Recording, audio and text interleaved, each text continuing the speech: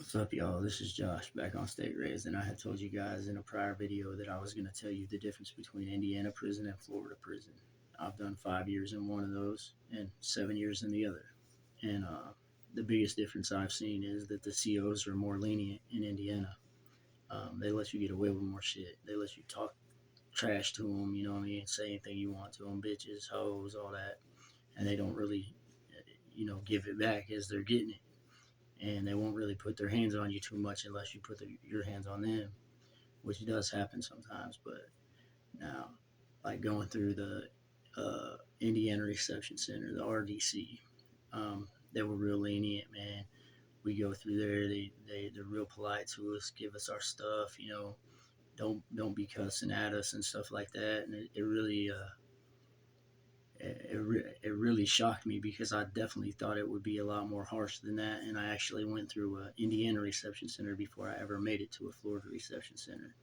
So the reception center in Florida, which is Lake Butler Reception Center, when I got in there now, when we get in there, they're talking about putting boots up our ass, whooping our ass, fucking us up, calling us all kinds of bitches and hoes. They strip us naked, make us line up in this hallway with a wooden bench against this, like, attached to the wall, right?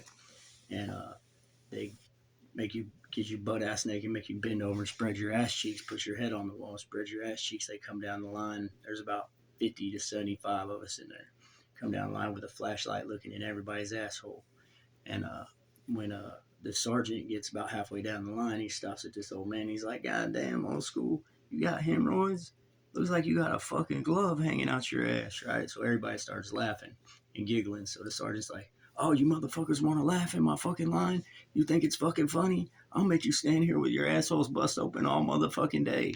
So he got us standing there with our heads against the wall for and he's telling us, anybody makes a fucking peep, you're gonna stand here longer. The more sounds you make, the longer you stand here. And motherfuckers can't shut up. They want to be fucking clowns. So we're standing there with our bent over, our fucking assholes bust open with our heads against this wall for an hour or more. Finally, he lets us turn around and fucking. I think at that time they bring us our stuff in, and it's like in anything we brought from the county with us is in a cardboard box. So they start passing it out. Each person gets a cardboard box of their stuff. It'll have their name on it and shit. And some people got little boxes. Some of them like knew better, and then they bring a big old box because you're gonna be carrying it. Then there's this Spanish dude next to me, and he's got this huge fucking box. Matter of fact, I think he had two stacked on top of each other, and it's full of legal work and all kinds of shit. This shit is fucking heavy, too heavy almost for one person to even lift up. But they're making him stand there and carry it, hold it like this. Everybody's got their box out in front of them like this, and the Sarge sees that he can't really handle carrying this box. That he's gonna drop it, so he intentionally makes us stand there. And he's telling he tells the Spanish dude, he's like, if you drop that motherfucking box, I'm gonna kick you right in your fucking asshole. So the Spanish dude, he's sweating, and you can tell it's probably his first time in prison too, because he's scared, he's shaking.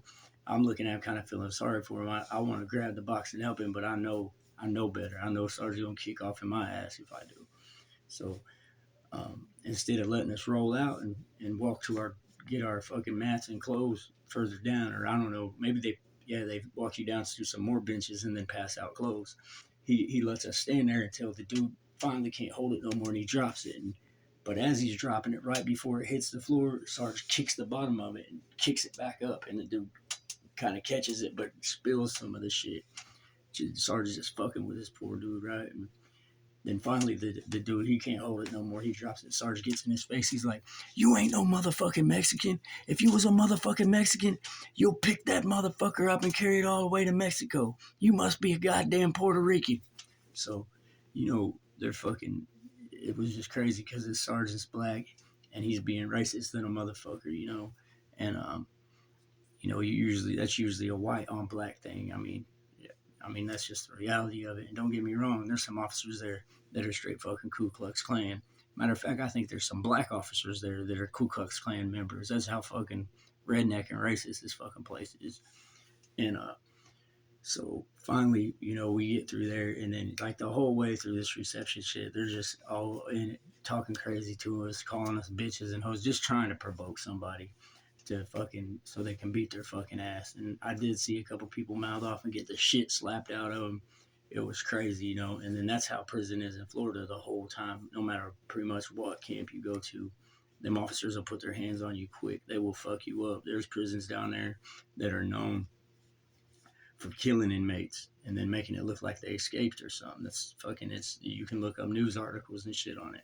They're really corrupt down there, and they're more corrupt in the fact of abusing inmates. You know, that's another difference. In Indiana, it's more corrupt when it comes to the trafficking. You know, the officers are trafficking shit in for the inmates and doing shit that's illegal, but, you know, bringing illegal shit in, you know, themselves, you know, doing illegal shit in cahoots with the inmates. When down in Florida, it's more, they're fucking massacring inmates and covering it up. You know what I'm saying? They're do anything to cover it up, hide it, tell their fucking family they escaped, or don't even tell them nothing. Just when somebody comes to look for them, they're like, "Oh, he escaped, whatever," you know. And it's just which that made prison in Florida a lot more scary. You know what I mean? I always looked at it like this: in Indiana, you got to worry about the inmates fucking you up. You know, when it comes to violence. And in Florida, you got to worry about the officers fucking you up. Now, don't get me wrong, the inmates, they get down, they're about that life down there, but the officers will fuck you up quicker.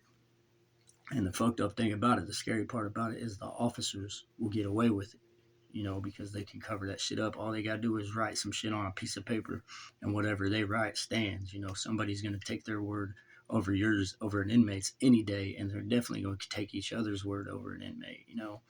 Um, I seen them dudes down there, them sergeants and stuff, beat up old people, old elderly dudes, that inmates just beat the fuck out of them, you know. Like I seen this older black guy walking down the way. You know, this is back when we had cigarettes in Florida. They sold us cigarettes. He's walking down the walk smoking a cigarette. You're not supposed to be smoking on the walk, mind you, but people do it.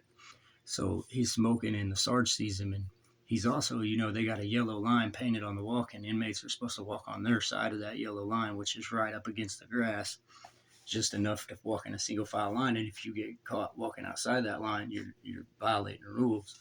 Well, this black dude's not only walking, smoking on the walk, he's walking outside that yellow line. And Sarge sees him and he goes, "Come here," and he says, "Motherfucker, what the fuck are you doing?" And the fucking dude says, "What the fuck's it look like?"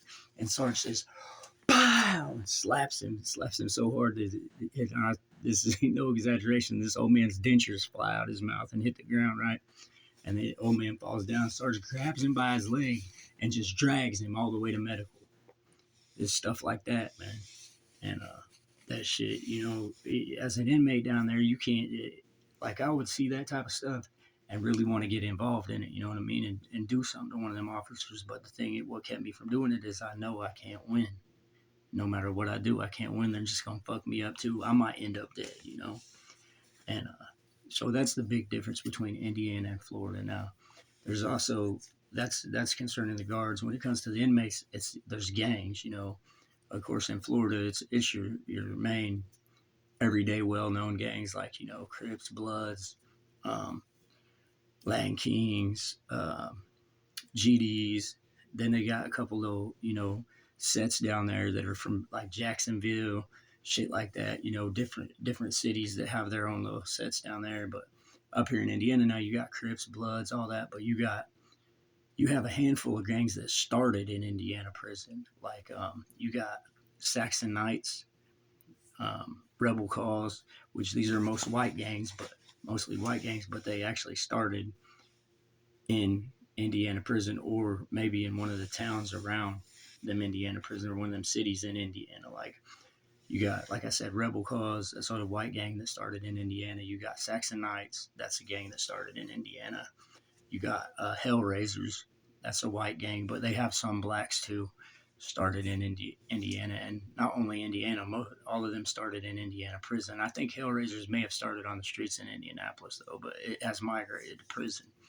And you know, there's a lot of politics, gang politics in Indiana, which there was in Florida too. I just remember because I have some gang tattoos on me, and I remember when I went to the Florida Reception Center down there.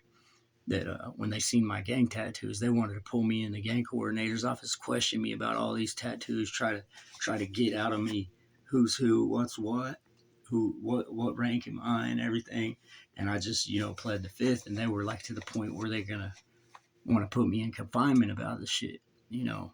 But I think it was just scare tactics. They were just trying to scare me into debriefing about my gang so that they could get as much information out of me as they want, but they didn't get nothing. It was to the point where the sergeant even said, "We're going to lock this dude up. Wait right here." I was outside of this little office they had taken me, and then they had tried to question me in there and then put me back outside and said, "Wait right here, you're going to confinement." And while I waited there for, an hour or two, and finally they come back and told me just to go to my dorm. But they really, like, to the point where I thought they were going to beat my ass to get me to say something, which it wouldn't have worked. I would have just had them beat my ass and send me to confinement. It wouldn't have been the first time it happened. But yeah, they were really adamant because I belonged to, well, formerly belonged to a certain gang from that was formed in Indiana prison. And once I got on probation, I had to give that up. Probation don't play that up here. So yeah, I'm not in no gang now. So you know, that's just what it is. Uh, and anyways, I would say, for anybody out there, youngsters, listen to gang life ain't the way to go, man. It's you know, we had this saying in the gang that I was in, uh, all your brothers ain't your brother, and that's how the gang life is. You think that you're gonna get in this gang, and you're gonna have all these brothers that have your back when really they're all looking out for their own personal best interest and what they can gain off of it, and they will throw you to the fucking wolves if that's what furthers their prosperity. So um, yeah, my advice to anybody young trying to get in a gang: don't do it, bro. It's definitely not worth it. Be your own gang. You know what I mean? K Frog, like I've shouted out him before, he's got a good message when he says that. You know what I mean? Be your own gang, be your own team. That's a good fucking message to follow. You know what I mean? Because that's all you need is you, yourself, and yourself. That's all you need. Me, myself, and I type shit.